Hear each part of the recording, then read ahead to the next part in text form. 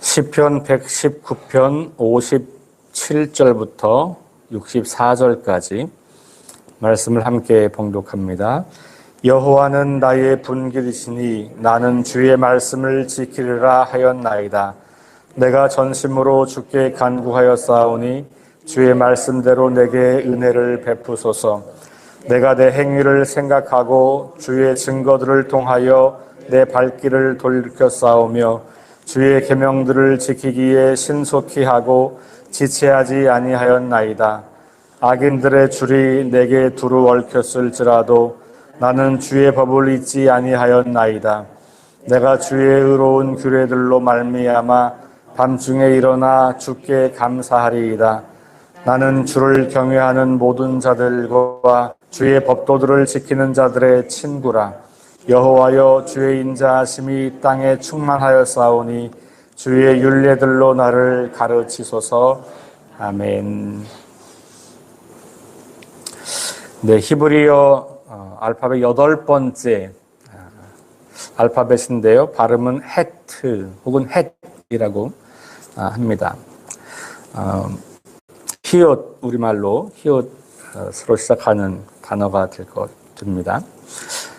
어제 읽었던 말씀 마지막 절 내 소유는 이것이니 라고 하는 그 말씀을 좀 이어받아서 여호와는 나의 분깃이시니 이렇게 나왔어요. 그러니까 나의 소유다라고 하는 것과 나의 분깃이 연결되죠. 여호와는 나의 분깃이라고 하는 말은 레위인을 우리가 생각해 볼 수 있어요. 구약에서 레위인들은 땅을 분배받았을 때 분배받지 않았습니다. 그래서 성전에서 하나님을 혹은 성막에서 하나님을 섬기는 일에 전념하는 사람들인 것이죠. 그래서 그들은 자기의 소유가 없어도 하나님께서 이스라엘 백성들을 통하여서 생활할 수 있도록 책임져 주시는 거죠. 근데 이것이 레위인이었으니까 이 여호와는 나의 분깃이다라고 하는 말의 원래 이제 근원으로 돌아가면 레위인과 연결이 되는 거죠. 이 사람이, 이 시인이 레위인이라고 하는 말은 아니지만 이제 그것을 연상하는 거예요. 그런 것처럼 이 사람은 주님 말씀을 지키는 것에 전념하겠다는 거예요. 그러면 내 삶을 누가 책임지신다? 하나님이 책임지신다. 그 고백을 하고 있는 것이죠. 자, 오늘 57절에 여호와는 나의 분깃이시니 나는 주의 말씀을 지키리라. 그러니까 내가 해야 할 일은 이 땅에서 뭔가를 열심히 내 일을 하는 것, 이게 아니고 말씀을 지켜 살아가는 것. 그러면 하나님이 내 삶을 책임지신다라고 하는 믿음의 고백인 거죠. 실제로 이 사람이 레위인이라고 보기는 좀 어렵겠습니다만 그럼에도 불구하고 그의 그 삶의 태도, 하나님 말씀을 어떻게 마주하고 있는가, 그 마음, 그 믿음, 이런 것들은 매우 중요하게 우리가 좀 배울 수 있는 부분이라고 생각이 됩니다. 오늘 8절, 8개 절 중에 이제 4개 절, 4개 절로 해서 이제 전반부, 후반부를 나눌 수가 있는데, 전반부는 이렇게 시작하면서 하나님의 말씀을 지키는 것을 어떻게, 어떤 마음으로, 어떤 태도로 하려고 하는지에 대한 이 시인의 마음이 잘 드러나 있습니다. 그리고 후반부는 이제 자기의 상황으로 다시 돌아와서 자기의 상황이 곤고하고 어렵지만 여전히 내가 주님을 신뢰한다라고 하는 고백으로 이어지고 있는 거예요. 자, 2절 말씀으로 건너가 보면 내가 전심으로 주께 간구하였사오니 주의 말씀대로 내게 은혜를 베푸소서 이렇게 말하죠. 그러니까 전심으로 주께 간구한다라고 하는 말은 여기 전심으로라고 하는 말이 나와 있는데 성경에 자주 나오는 표현이에요. 그렇죠? 전심으로. 이건 모든 것을 다 들여서라고 하는 표현이죠. 주님께 간구하는데 그게 뭐냐면 말씀대로 내게 은혜를 베푸소서라고 하는 거예요. 그러니까 이 말씀대로라고 하는 표현은 지금 계속해서 반복되는 표현이죠. 그 말씀대로 여기서 주의 은혜를 베푸시는 것과 관련이 있으니까 이 시인의 과거의 경험과 관련이 있어요.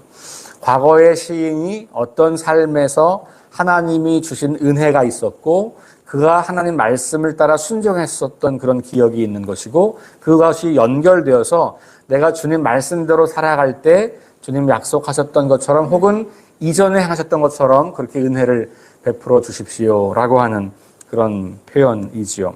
59절로 가면 행위를 생각하고 주의 증거들을 향하여 내 발길을 돌이켜 싸우며 라고 나와요.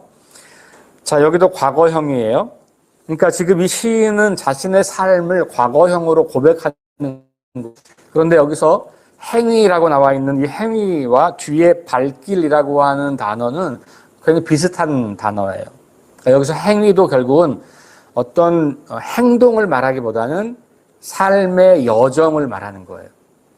그러니까 인생에 걸어가는 길, 그 걸어가는 길이 우리가 여러 가지 행위들로 구성되는 거잖아요. 그러니까 여기 행위를 살핀다고 하는 말은 내가 걸어갈 길을 잘 살핀다는 거예요. 그래서 어떤 길로 갈까를 생각하고 고민하고 그리고 내가 어떤 삶의 방식을 취할 것인가 어떤 중요한 결정을 하기에 앞서서 혹은 어떤 중요한 발걸음을 떼기에 앞서서 내가 깊이 생각한다는 거예요. 그리고는 결론이 뭡니까? 주의 법도를 따른다는 거죠. 그게 이제 이 59절이에요. 내가 내 행위를 생각하고 주의 증거들을 향하여 내 발길을 돌이켰다. 그러니까 내가 선택할 수 있는 선택지가 여럿이에요. 어떤 것을 결정해서 하려고 할 때 그때에 이 시인은 내 행위를 생각해 보는 거죠. 내 발길을 생각해 봐요. 내 인생을 생각해 보면서 어떤 길로 가는 것이 하나님을 기쁘시게 하는 것일까? 어떤 길로 가는 것이 내가 하나님 자녀답게 사는 것일까? 어떤 길로 가는 것이 악인의 길을 따르지 않고 의인의 길을 따르는 것일까? 생각하는 거예요. 생각하면서 결정을 내리는데 주의 증거들을 향하여 주님께서 우리에게 주시는 그 말씀들을 향하여 내 발길을 돌이켰다.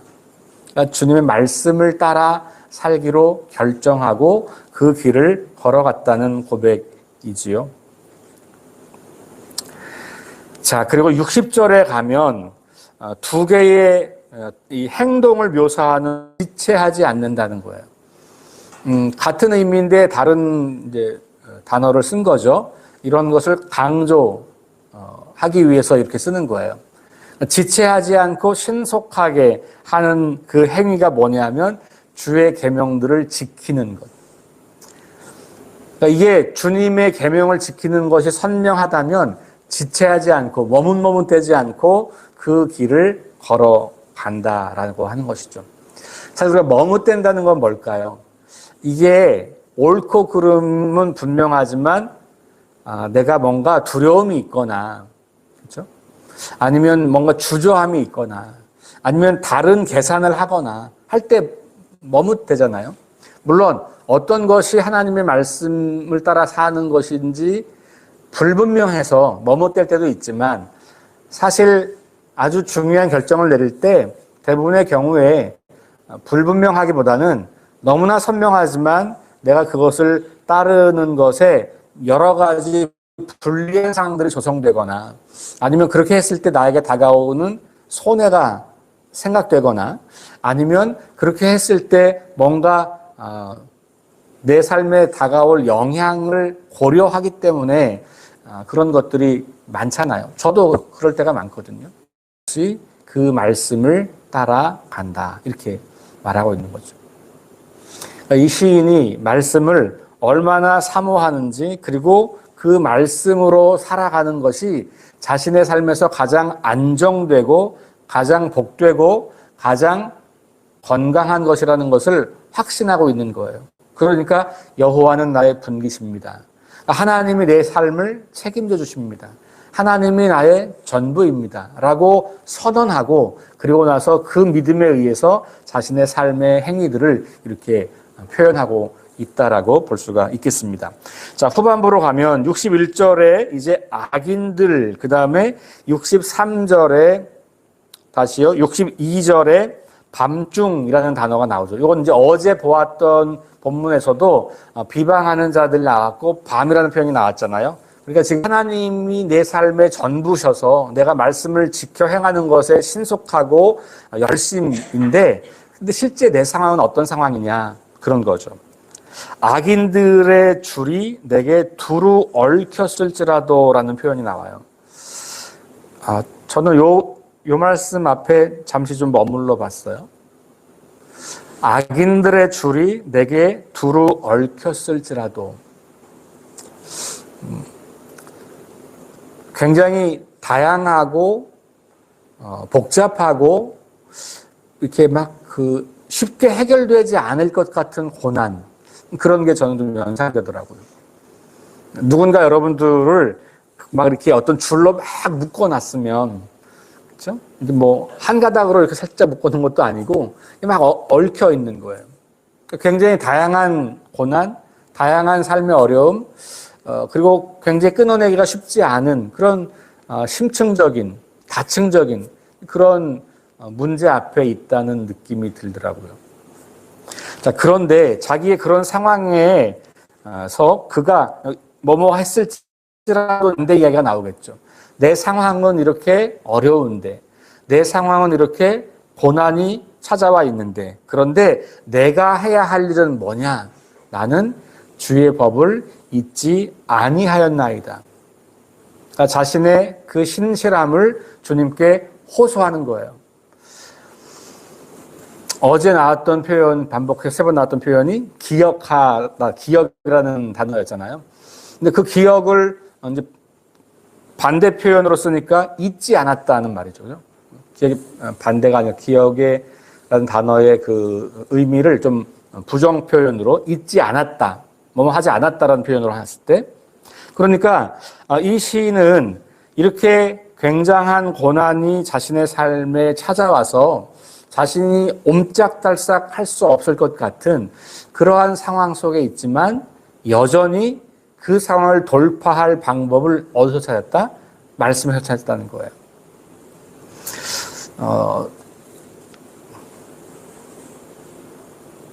이게 참 저는 이제까지 물론 이런 비슷한 표현들이 많이 있었지만 이 악인들의 줄이 두루 얽혀 있다는 표현, 그리고 이어서 그런데 나는 주의 법을 잊지 않았습니다 라는 이 표현이 마음에 좀 많이 남더라고요.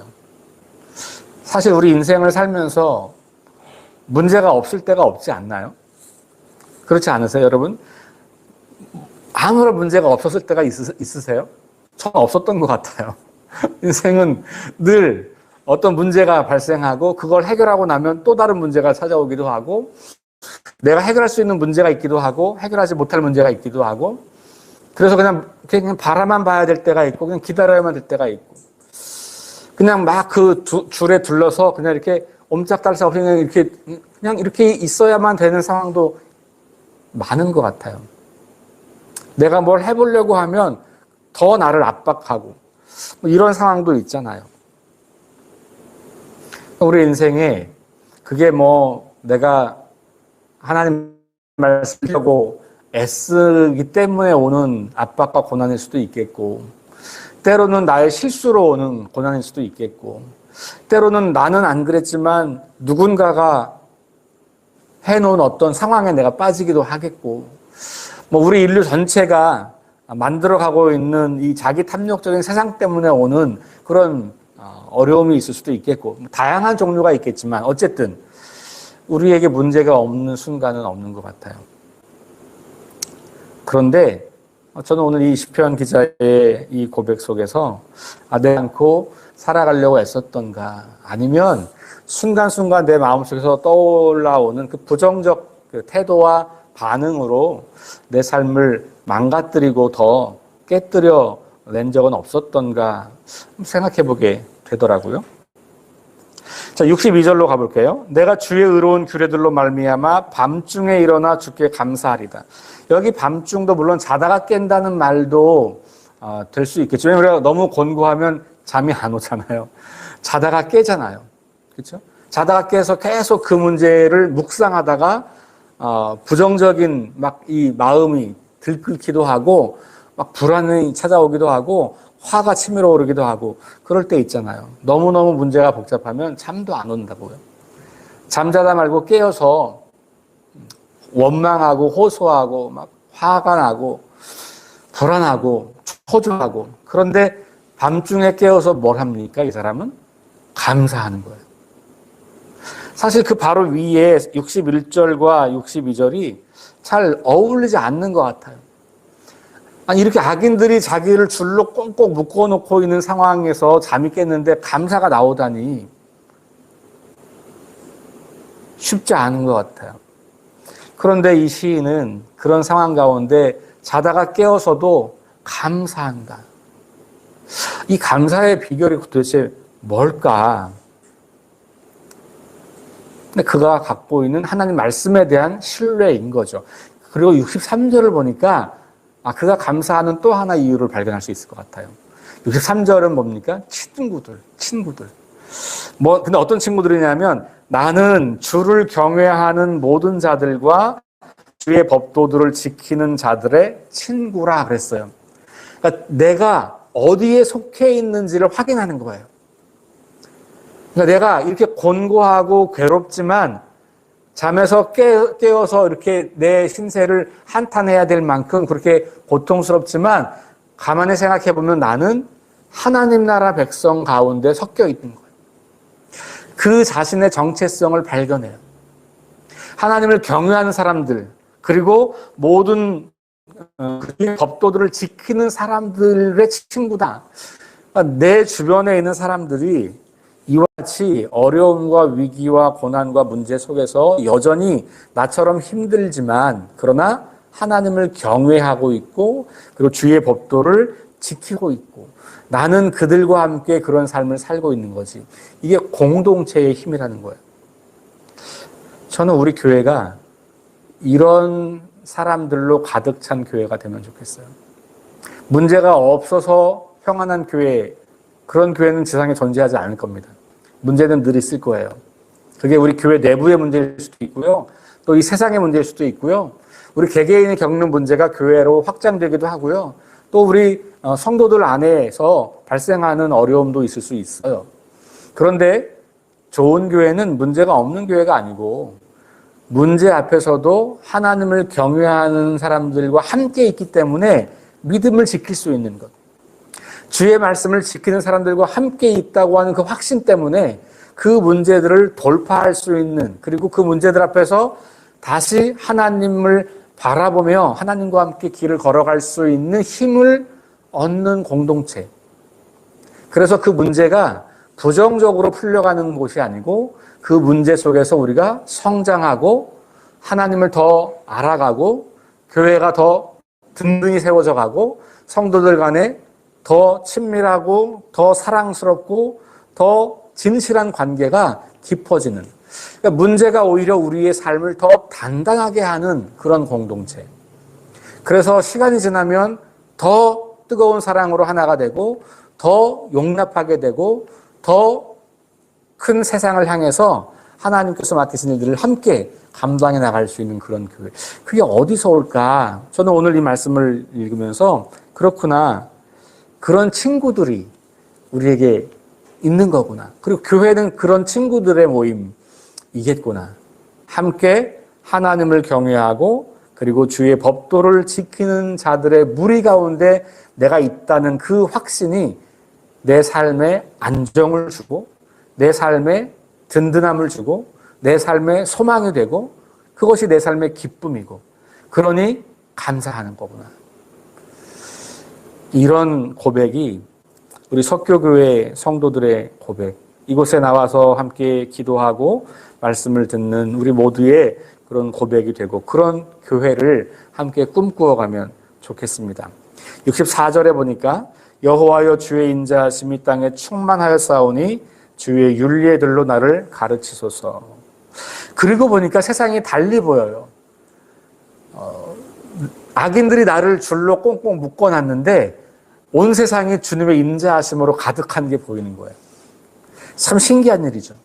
그러니까 상황이 우리의 삶을 지배하는 게 아니고요. 우리의 믿음이, 우리의 관점이, 우리의 시선이 세상을 바꾸는 거예요.